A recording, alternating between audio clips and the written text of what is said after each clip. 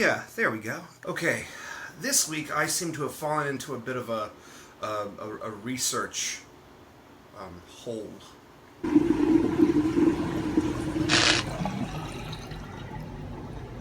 see, it all began when my mom texted me. She had been walking that morning and she passed by a house that was throwing out a bunch of junk, so she decided to go through some of it. And she found a box filled with old-timey records. Good find. Of course, we have a record player because we're just that sort of a cool family. You know. And she decided to listen to a few of the records. She found one that she really liked called The Red Mill, and she texted me about it. She knows that I like to research things, so she suggested more research should be done into this matter. And that's where the slippery slope began.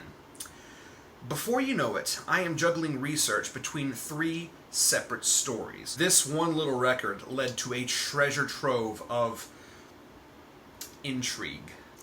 In the 1920s, there were three gods of comedy: Charlie Chaplin, Buster Keaton, and Fatty Arbuckle. Today, most people know Chaplin and Keaton, but Arbuckle, well, he was all but erased from cinema history.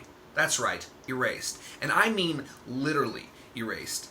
You see, despite being one of the three kings of comedy in his day, only a few of his movies remain. You see, in 1921, at the beginning of Labor Day weekend, Arbuckle was living the high life.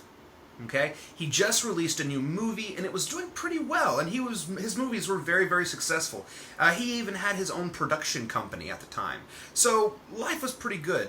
To celebrate the Labor Day weekend, him and a few of his friends decided to throw a party.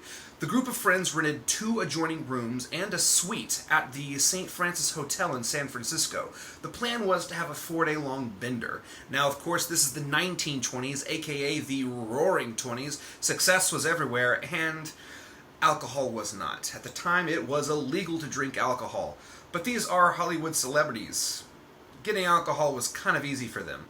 But that made their party vastly illegal, which a lot of people believe is why this party is surrounded in so much secrecy. Not many people are exactly sure what happened at this party, but what is sure is that there were a few women that were invited, and one of them was an actress slash model slash fashion designer named Virginia Rapay. By the end of the epic party, she would be dead, and Roscoe Fatty Arbuckle would be the one blamed for her murder. Eventually, he would be acquitted of the rape, but not before 3 trials. 2 hung juries, and on the 3rd one, they acquitted him of all charges in under 4 minutes. Oh, 6 minutes. 4 of those minutes was spent writing an apology to him. That's right, the jurors felt the need to write an apology to him. Now, was he really innocent? Well, the justice system seemed to think so. As far as me, I'm not sure. Like I said, it was a big, big research hole, and I spent a lot of time there. During the 1920s, when it came to a newspaper, the best story was a scandalous story. So, of course, you had a lot of the media moguls of the time jump on the story. As far as they were concerned, he was guilty as sin, especially as far as William Randolph Hearst was concerned, who at the time was pretty much media god. He later said that the whole scandal sold more newspapers than any event since the sinking of the Lusitania. You know, that little event that kicked off World War I for America? Yeah, that one. You see, the acquittal of Roscoe Fatty Arbuckle was virtually meaningless, because even though he was found innocent by the jury, the media and the people of America found him guilty long before the trial had even begun to pick up speed. To fix its PR with the American people, Hollywood hired William H. Hayes to hold Hollywood pictures up to a strict moral code. Fun fact, this was the birth of the MPPDA, predecessor of the MPAA, aka the reason all of your movie trailers have a screen like this. Or this. Or this. Unfortunately, no one really knows what they mean anymore. One of William H. Hayes' first acts as head of the MPPDA was to blackball Roscoe Arbuckle to hell and back. After this, he had a lot of difficulty finding a job, and his career as a comedian was pretty much over.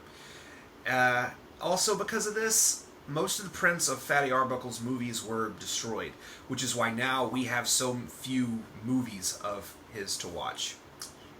Story 2. The 1920s saw the emergence of the modern woman. Women now had the right to vote and had even begun to play important roles in modern politics. Women were now enjoying more of the freedoms that men had been enjoying exclusively for ages. Most importantly, women were finding their own way. And personally, I think that's the key phrase when it comes to the pursuit of freedom. Your own way. Let's talk about Virginia Rappe. She was born in Chicago to a chorus girl named Mabel Rapp and an unknown father. Virginia was an orphan by the age of 11. If you want to know what the bottom of the barrel looks like at the turn of the 19th century, this is it. From this rocky beginning of life, she became a model, and then a stage actress, and then a film actress. The number of movies she acted in is still unknown to this day. She was even known for being a fashion designer, which at the time was considered a new and growing industry. Despite her independence, and despite her impressive accomplishments, though, she would forever be remembered as a victim in a cautionary tale. During the trial of Roscoe Arbuckle, every aspect of her life was put under the microscope. By the end of the whole mess, she was known as that girl who took her clothes off at parties, or the girl who had several abortions, or the girl whose consumption of the demon liquor had led to her being raped and killed by Fatty Arbuckle. Now, as far as what's true or not, well, I'm finding that most of the time that doesn't matter when it comes to what you're remembered for, whether it's good or bad. But personally, I choose to remember her as a person who achieved a lot in her short time, and enjoyed her freedom by finding her own way. And regardless of the outcome, that's nothing to be ashamed of. Story 3. The third and final story is about another chorus girl named Marion Davies. She wanted to be a movie star, so she wrote a screenplay and gave it to her brother-in-law to direct. At the time, he was a Broadway producer, so he had some sway in the theatrical world. Her career soon took off after this. She especially had a knack for comedy. She was good, she was motivated, funny, and she was cute. So cute that she caught the eye of an emperor. That's right, William Randolph Hearst that we mentioned earlier. As I said, he owned a media empire, but he was absolutely smitten with this girl. He also happened to have big sway in Hollywood, and he used a great deal of that sway to get Marion roles. He pretty much controlled every aspect of her career, though. And despite her comedic talent, he loved to watch her in dramatic and more traditional roles. One day, she was approached by the legendary comedian Buster Keaton. He was trying to find more work for his friend, Roscoe Arbuckle, who had recently started to work again in the film industry after a long hiatus due to his trial for the death of Virginia Rappe.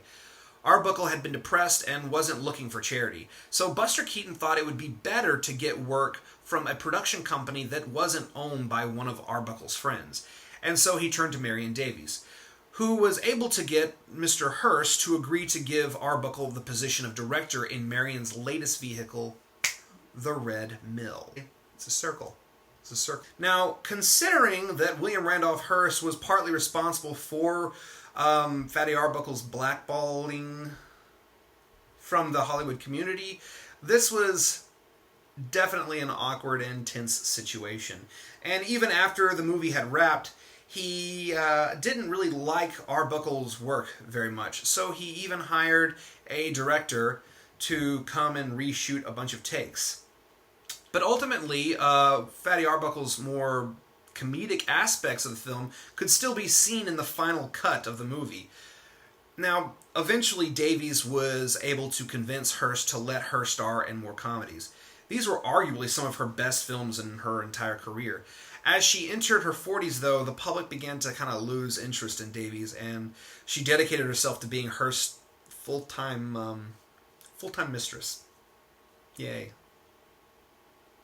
Did I mention? She was his mistress, not his wife. No, he already had a wife. She was his mistress, his public and well-known mistress.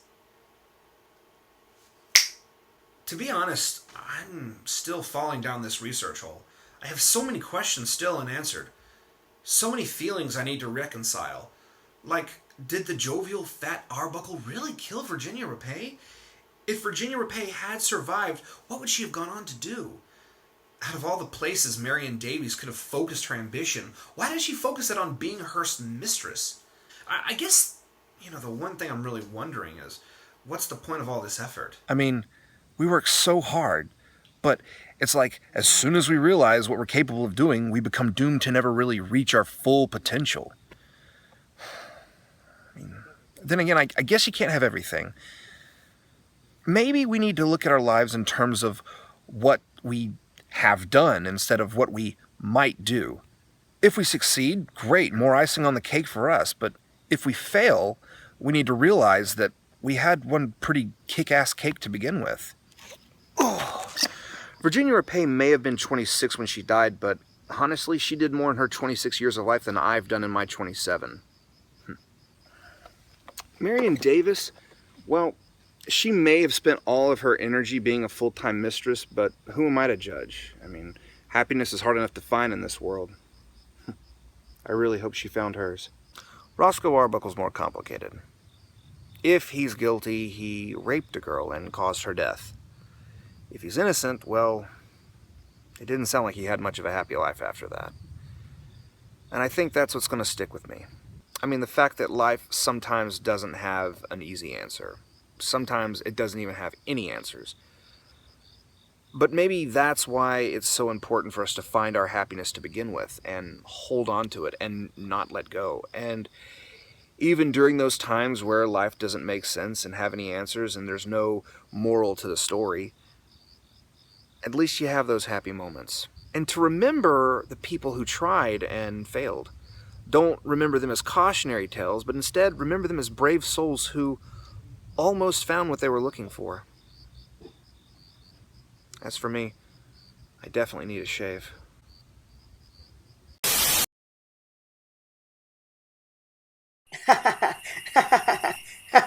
Hey, if you like this video, please like and subscribe.